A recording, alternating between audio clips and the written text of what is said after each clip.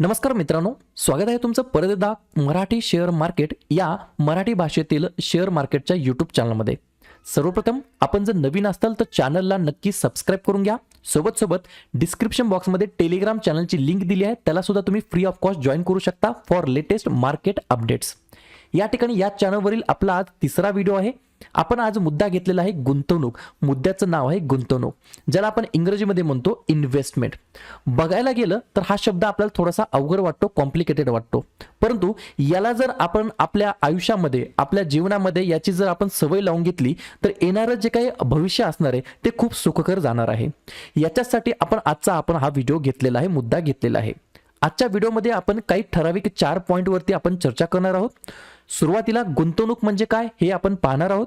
त्याच्यानंतर गुंतवणूक का केली पाहिजे, गुंतवणूक का करायची याच्याबद्दल आपण चर्चा करणार आहोत. त्याच्यानंतर गुंतवणूक कोठे कोठे करायचो आपण अगोदर, परंतु आता गुंतवणूक कोठे कोठे केली पाहिजे याच्यावरती आपण चर्चा करणार आहोत. आणि सर्वात महत्त्वाचं, गुंतवणूक करण्या अगोदर काही 5-6 गोष्टी करायच्या आहेत जे की मी तुम्हाला व्हिडिओच्या शेवटी सांगणार आहे.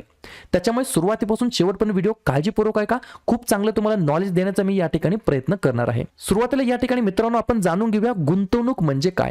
पहा, कोणी या ठिकाणी पगाराच्या माध्यमातून उत्पन्न कमवत आहे आणि कोणी या ठिकाणी स्वतःच्या बिझनेसच्या माध्यमातून उत्पन्न प्राप्त करत आहे.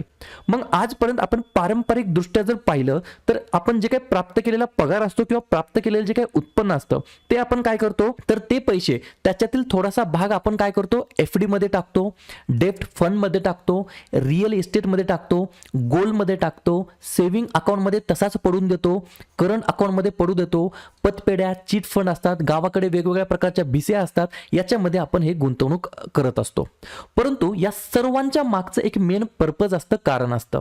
काय कारण असतं, तर आपण जो काही टाकलेला छोटासा हिस्सा असतो या सर्व इन्स्ट्रुमेंट्स मध्ये, त्याच्यामध्ये आपल्याला एक्स्ट्रा इन्कम जनरेट व्हावं किंवा आपल्याला या ठिकाणी एक्स्ट्रा इन्कम, एक्स्ट्रा पैसे कसे मिळतील आपण ट्राय करत असतो या इन्स्ट्रुमेंट्स मध्ये. परंतु तुम्ही जर वर्षानुवर्ष पाहिलं, दिवसांदिवस जसे वाढत जातात, वर्ष जसे वाढत जातात, या सर्व गोष्टींसोबत एक गोष्ट आपल्यासोबत नेहमी असते. त्या गोष्टीचं नाव आहे इन्फ्लेशन, ज्याला मराठीमध्ये म्हणता येईल महागाई. वर्षानुवर्ष महागाई वाढत चाललेली आहे. जसे की आपले पूर्वज म्हणतात किंवा जसे की आपले आज आई वडील सुद्धा म्हणतात की आमच्या काळामध्ये ही गोष्ट 100 रुपयाला भेटायची किंवा आमच्या काळामध्ये 100 रुपयामध्ये एवढ्या साऱ्या गोष्टी भेटतात, परंतु आज त्या गोष्टी भेटत नाहीत 100 रुपयामध्ये. याचाच अर्थ काय, कुठे ना कुठे बॅक साईडला महागाई वाढत आहे, इन्फ्लेशन वाढत आहे. तर या इन्फ्लेशनला वाढण्यासाठी आपण काय करत असतो, वेगवेगळ्या इन्स्ट्रुमेंटमध्ये आपण या ठिकाणी इन्व्हेस्टमेंट करत असतो. परंतु हे जे काही पारंपरिक दृष्ट्या आपण इन्व्हेस्टमेंट करत आलेलो आहोत, FD मध्ये मला सांगा तुम्ही आज किती टक्के रिटर्न भेटतं, सरासरी 4 ते 5% मिळतं. डेब्ट फंड मध्ये किती मिळतं, 6 ते 7% मिळतं. रिअल इस्टेट मध्ये 5 ते 6% मिळतं. गोल्ड मध्ये तुम्ही जर हिस्ट्री पाहिली तर 5 ते 6% आपल्याला रिटर्न भेटलेला आहे. सेव्हिंग अकाउंट मध्ये पैसे टाकणे म्हणजे पैशाला कूज लावणे यासारखी गोष्ट आहे. करंट अकाउंट मध्ये रिटर्न तर भेटतच नाही. मग या ठिकाणी मित्रांनो आपण इन्फ्लेशन तर पाहिलं, सरासरी 6 ते 7% इन्फ्लेशन वाढत जातं, परंतु हे सर्व इन्स्ट्रुमेंट 6 ते 7% आपल्याला रिटर्न देतात. मग आपला पैसा वाढला कुठे, पैसा तर वाढलाच नाही, उलट पैसा हा निगेटिव्ह मध्ये जात आहे, परंतु आपल्याला हे लक्षात येत नाही. मग या ठिकाणी तुम्हाला प्रश्न पडला असेल की सर, मग ह्या गोष्टी म्हणजे इन्फ्लेशनला बीट करण्यासाठी, म्हणजे त्याला बीट करण्यासाठी आपल्याला काय करावं लागेल, तर आपल्याला करावं लागेल गुंतवणूक.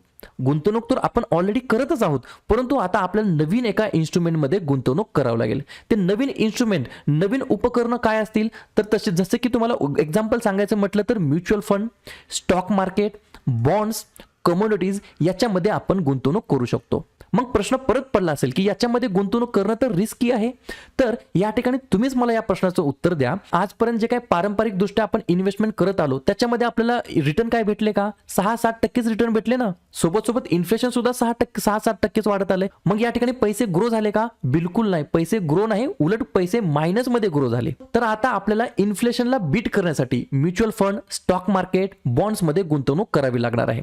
तसेच या ठिकाणी जेव्हा गुंतवणूक करतो तेव्हा गोल बेस्ड गुंतवणूक असली पाहिजे, गोल बेस्ड इन्व्हेस्टमेंट असली पाहिजे.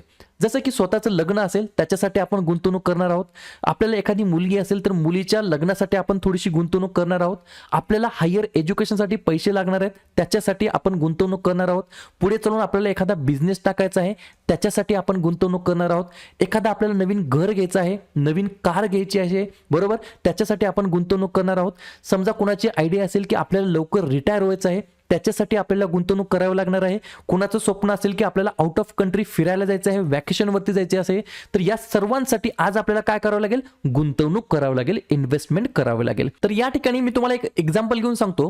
जसं की आपण या ठिकाणी स्टॉक मध्ये गुंतवणूक करू शकतो, म्युच्युअल फंड मध्ये गुंतवणूक करू शकतो. स्टॉक मध्ये पाहिलं तर तुम्हाला पर्टिक्युलरली एखाद्या कंपनीच्या शेअर मध्ये तुम्हाला किंवा कंपनीमध्ये तुम्हाला गुंतवणूक करावी लागणार आहे.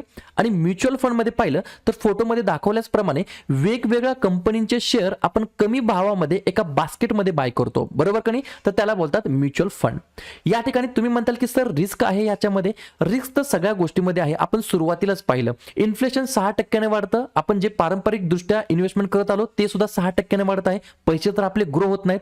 मग या ठिकाणी फक्त एक गोष्ट येते, जेव्हा तुम्ही अभ्यास करून या ठिकाणी अनालिसिस करून स्टॉक मध्ये म्युच्युअल फंड मध्ये गुंतवणूक करता तेव्हा ऑटोमॅटिकली तुमची रिस्क जी काय आहे ती ऑटोमॅटिकली डिक्रीज होत जाते.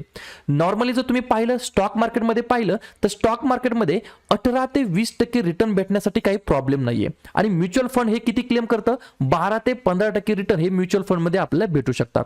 या ठिकाणी तुम्ही मग कोणते स्टॉक घेता, कोणते म्युच्युअल फंड घेता याच्यावरती हे टोटली डिपेंड असणार आहे. स्टॉक हे पर्टिक्युलरली आपल्याला स्वतःला खरेदी करावं लागत असतात आणि म्युच्युअल फंड हे फंड मॅनेजरच्या थ्रू आपण विकत घेत असतो. म्युच्युअल फंड मध्ये आपल्याला NAV भेटत असतात आणि स्टॉक मध्ये डिरेक्टली आपल्याला 1 स्टॉक, 2 स्टॉक, 3 स्टॉक असे खरेदी करता येतात. ठीक आहे, गोष्टी क्लिअर झाल्या. तर आपल्याला पर्पज काय, मेन पर्पज काय आहे, तर इन्फ्लेशनला बीट करणे. त्यासाठी आपल्याला काय करावं लागेल, या वेगवेगळ्या नवीन प्रकारच्या इन्स्ट्रुमेंट मध्ये आपल्याला इन्व्हेस्टमेंट करावे लागेल. याच्यावरती आपण बऱ्याच प्रकारचे येणाऱ्या व्हिडिओमध्ये आपण डिस्कशन करणार आहोतच. सुरुवातीला मी तुम्हाला एक गोष्ट सांगितली होती, जेव्हाही तुम्ही आता गुंतवणूक करणार आहात त्याच्या अगोदर तुम्हाला 6 पॉईंट लक्षात ठेवायचे आहेत. जसं की पहिला सगळ्यात महत्त्वाचा पॉईंट आहे आपत्कालीन निधी तयार करणे. म्हणजे जेवढाही तुम्हाला आज महिन्याला खर्च लागत आहे, कोणाला 5,000चा खर्च लागत असेल महिन्याला, कोणाला 10,000 रुपये लागत असतील महिन्याला, ते जे काही महिन्याचा खर्च आहे तो जो काही खर्च आहे येणाऱ्या 6 महिन्यासाठी किंवा 12 महिन्यासाठी जो काही खर्च असतो तो तुम्ही ऑलरेडी तुमच्याकडे असलेला पाहिजे. यालाच म्हणतात आपत्कालीन निधी किंवा इमर्जन्सी निधी, बरोबर का नाही. त्याच्यानंतर बजेट ठेवा आणि तुमचा रोख प्रवाह जाणून घ्या. म्हणजे जे पण तुम्ही कमवता आणि तुमचा जो काही कमवलेला पैसा आहे तो कुठे कुठे जातो याचं तुम्ही ट्रॅक नक्की केलेलं पाहिजे. त्याच्यानंतर काय केलं पाहिजे, गुंतवणूक करण्याच्या अगोदर जे काही जास्त व्याजाचे कर्ज घेतलेलं असतं तुम्ही 10%, 12%, 8%, ते सर्वात अगोदर तुम्ही फेडले पाहिजे. त्याच्यानंतर चौथी गोष्ट, आरोग्य विमा हा तुम्ही अवश्य घेतला पाहिजे. जेव्हाही तुम्ही फायनान्शियल लिटरसीच्या मागे जात असतात किंवा जेव्हाही तुम्ही इन्व्हेस्टमेंट पर्पजच्या मागे धावत असतात तेव्हा तुम्हाला पहिली पायरी ही करायची आहे, स्वतःचं जे काही लाईफ इन्शुरन्स आहे, टर्म इन्शुरन्स आहे हे तुम्ही अगोदर बाय केलं पाहिजे. त्याच्यानंतर पाचवं आपण काय पाहिलं, तुमचे जे काही गोल आहेत ते फिक्स पाहिजेत. तुम्हाला माहित पाहिजे की मी हे जे काही गुंतवणूक आहे ती कशासाठी करत आहोत, किती काळासाठी करत आहोत. आणि शेवटचा एक तुम्हाला मुद्दा लक्षात पाहिजे की गुंतवणुकीच्या मूलभूत गोष्टी समजून घेतल्या पाहिजे. म्हणजेच गुंतवणूक करताना काय केलं पाहिजे, गुंतवणूक करताना काय नाही केलं पाहिजे, या सर्व गोष्टींचा तुम्ही पुरेपूर अभ्यास केलेला पाहिजे. तसेच या ठिकाणी गुंतवणूक ही वयानुसार सुद्धा असते. तुमचं वय 20 आहे की तुमचं वय 30 आहे की तुमचं वय 40 आहे याच्यावरती सुद्धा गुंतवणूक परिभाषित होत असते. ठीक आहे, तर अशा प्रकारे व्हिडिओ कसा वाटला नक्की कमेंट करून सांगा. आजच्या व्हिडिओमध्ये आपण गुंतवणुकीबद्दल चर्चा केली, गुंतवणुकीबद्दल नॉलेज घेण्याचा प्रयत्न केलेला आहे. व्हिडिओ जर आवडला असेल तर नक्की लाईक करा. तुम्हाला एखाद्या टॉपिकवरती व्हिडिओ पाहिजे असेल तर अवश्य तुम्ही कमेंट करून सुद्धा सांगू शकता. आणि जवळचे जे काही आपले नवीन मित्र मैत्रिणी असेल त्यांच्यापर्यंत हे जे काही मराठी भाषेतील YouTube चॅनल आहे आपण शेअर मार्केटच्या रिलेटेड सुरू केलेलं आहे हे सुद्धा तुम्ही त्यांच्यापर्यंत पोहोचवू शकता, शेअर करू शकता. शेवटी जाताना एवढंच बोलेल, व्हिडिओ पाहिल्याबद्दल सर्वांचं अगदी मनापासून धन्यवाद.